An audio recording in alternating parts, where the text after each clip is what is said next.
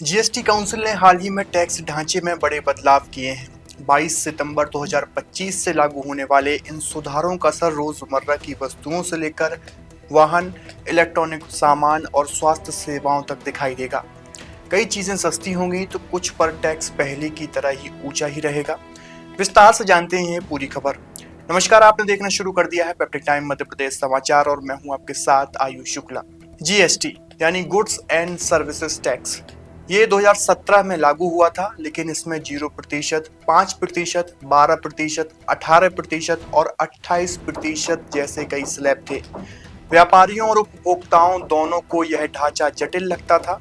अब सरकार ने इसे सरल और पारदर्शी बनाने के लिए स्लैब को घटाकर मुख्य रूप से दो स्तर यानी 5% और 18% कर दिया है, जबकि कुछ वस्तुएं जैसे तंबाकू, लग्जरी सामान पर 40% टैक्स ब्रैकेट भी रहेगा।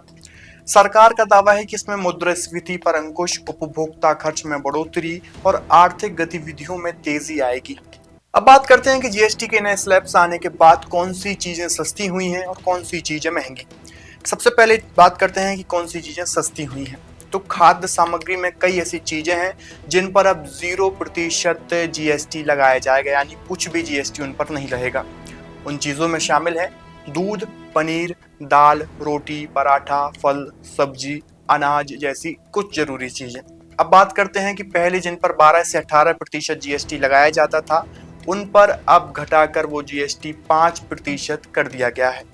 उन चीजों में बटर, घी, चीज, चॉकलेट, नमकीन, dry fruits, pasta, packaged food, sauce, starch, शहद आदि चीजें शामिल हैं। जीएसटी के नए स्लैब्स आने के बाद सबसे बड़ा फायदा स्वास्थ्य सेवाओं में होने जा रहा है, जिन पर 0% जीएसटी अब लग गया है।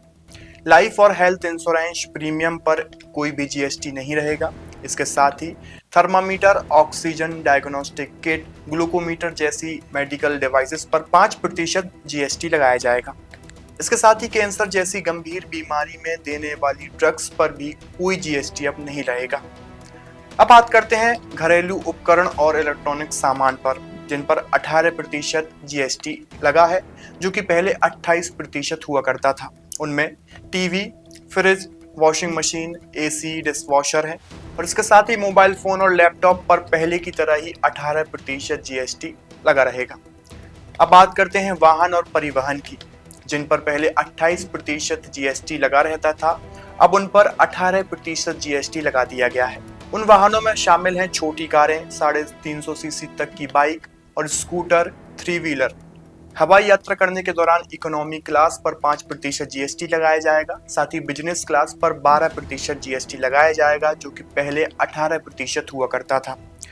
पर्यटन और होटल पर 5% जीएसटी लगाया जाएगा। 7,500 तक के होटल रूम और रेस्टोरेंट बिल पर 12% जीएसटी लगाया जाएगा। अब बात करते हैं कृषि और शिक्षा में। Tractor, drip irrigation system, sprinkler, biopesticides जैसी चीजों पर 12% टैक्स लगाया जाएगा और इसके साथ ही stationery, pencil, notebook, sharpener, globe, chart, rubber पर 0% जीएसटी लगाया जाएगा, यानी इन चीजों पर कोई भी जीएसटी नहीं रहेगी।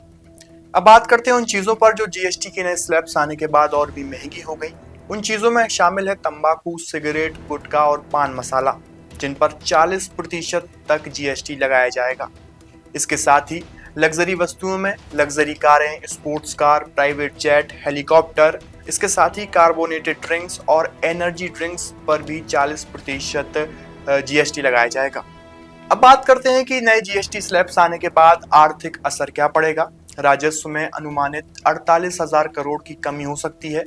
विशेषज्ञों का मानना भी है कि महंगाई पर लगभग 1% अंक तक असर कम होगा। त्योहारों से पहले एफएमसीजी, ऑटोमोबाइल और इंश्योरेंस सेक्टर को इससे फायदा होने की उम्मीद भी जताई जा रही है।